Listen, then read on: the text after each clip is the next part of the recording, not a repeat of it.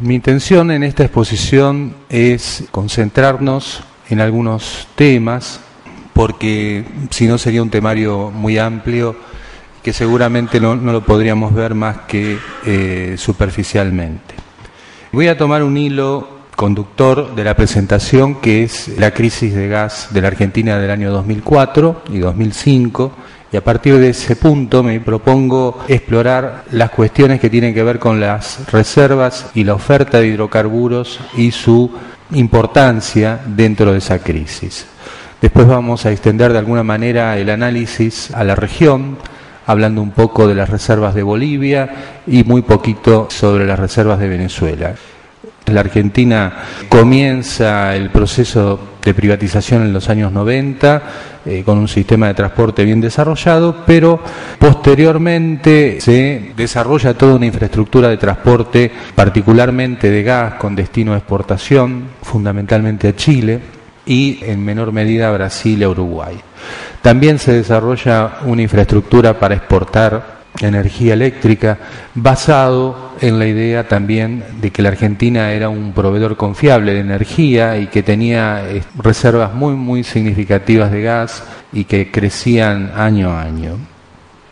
Esto fue un poco, creo yo, la imagen que tuvimos todos en la década del 90. En la década actual, por un lado va creciendo la demanda interna hasta superar la producción interna. Por supuesto, esto va a derivar en que nuestras exportaciones se caigan y comencemos a importar gas y recientemente GNL.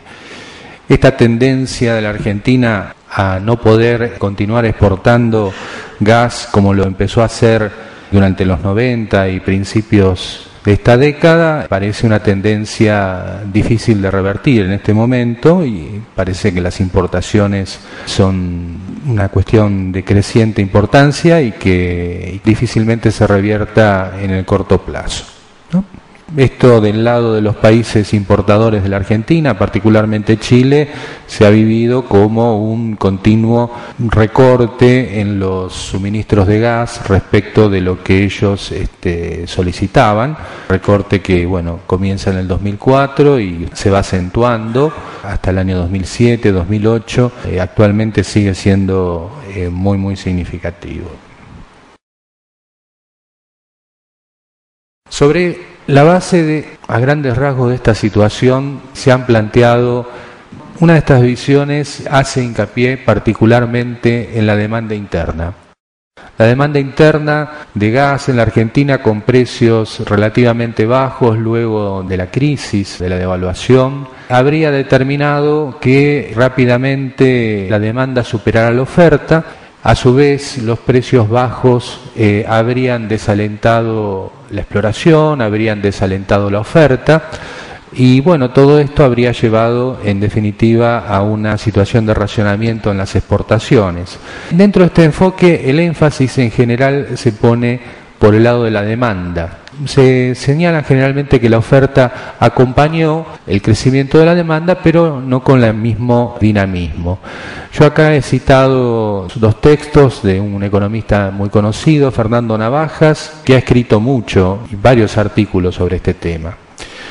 Tenemos algunos profesionales como Roberto Cosul de la Fundación Bariloche, que hablan de un comportamiento estratégico de los productores, o sea, los productores es como que estarían de alguna manera escondiendo las reservas, escondiendo la producción, para lograr de esta manera presionar para un alza de los precios. Este tipo de hipótesis tiene el problema que tiene siempre este tipo de argumentación, que es la dificultad para demostrarla, lo cual nunca tiene que ser considerado como una afirmación respecto de que son verdaderos o falsos, sino simplemente que es muy difícil de poder ser demostrado. En un último artículo, ya más reciente, de Navajas del 2008, él ya habla de no solamente un comportamiento muy dinámico de la demanda, sino que algo pasó por el lado de la oferta, pero que es muy difícil de probar, es muy difícil de verificar lo que ocurrió por el lado de la oferta. Entonces, él dice, yo tengo por un lado pruebas contundentes del crecimiento de la demanda y pruebas informales de un comportamiento de la oferta que no fue el esperado, no fue tan dinámico como el esperado. Bien, nosotros vamos a abordar este tema entonces a partir de 3 indicadores: reservas, producción y perforación. Pero vamos a tratar de hacer un análisis un poco de qué significan estas cosas. No podemos pensar que estos son datos exactos ni que están determinados únicamente por consideraciones técnicas. En el caso de las reservas, lo interesante que tenemos que entender es que las definiciones de reservas surgen a partir de los problemas que tienen las empresas petroleras para ser valuadas en el mercado de valores. ¿Qué particularidad tienen las empresas petroleras? Eso lo vamos a ver ahora cuando veamos el tema de la contabilidad financiera. Vamos a ver también el problema de las reservas que son calificadas con distinto nivel de riesgo, y esto lo vamos a asociar a qué tipo de probabilidad realmente estamos usando cuando tratamos de decir que son reservas probables, probadas o posibles, y las cuestiones de distintas metodologías para medir reservas. Yo creo que analizando un poco cómo se construye la información de reservas, nos va a aclarar mejor cuál es el valor de este indicador. El problema que tienen las empresas petroleras es que el valor que tienen depende del valor de un activo que está en el subsuelo.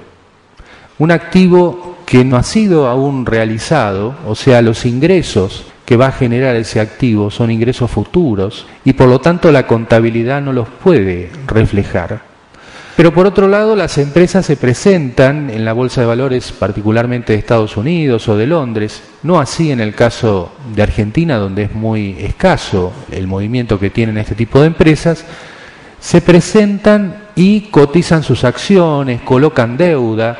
Entonces se presenta un grave problema para los organismos que tienen como preocupación el proteger de alguna manera al inversor de un posible fraude. ¿Por qué? Porque están frente a una empresa que en sus balances no puede tener registradas sus reservas, que sus reservas siempre son de alguna manera fruto de una información secreta.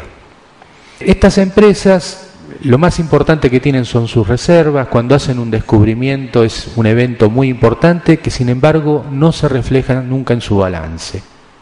Entonces, en función de esta situación que es previa a todas las preocupaciones que ha habido en materia de escasez de recursos o agotamiento o medio ambiente, es que se empiezan a desarrollar las definiciones de reservas. Las definiciones de reservas se empiezan a desarrollar como una forma de que cuando las empresas cotizaban en bolsa, el inversor o potencial acreedor tuviera algún dato de realmente qué respaldaba a esas empresas petroleras. Cuáles eran los activos o lo que realmente respaldaba el valor de esa empresa petrolera.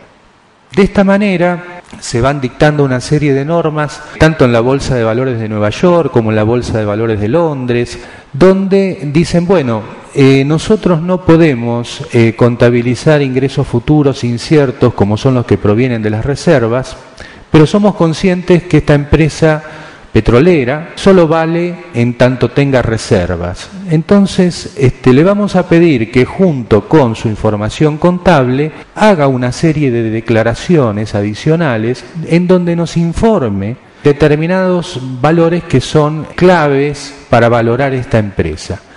Y lo vamos a hacer tratando de que después un inversor pueda comparar distintas empresas entre sí. Uno de los elementos que le van a pedir en Estados Unidos es justamente la cantidad de reservas probadas de petróleo y gas. Y acá es donde empiezan a aparecer la cuestión de las definiciones.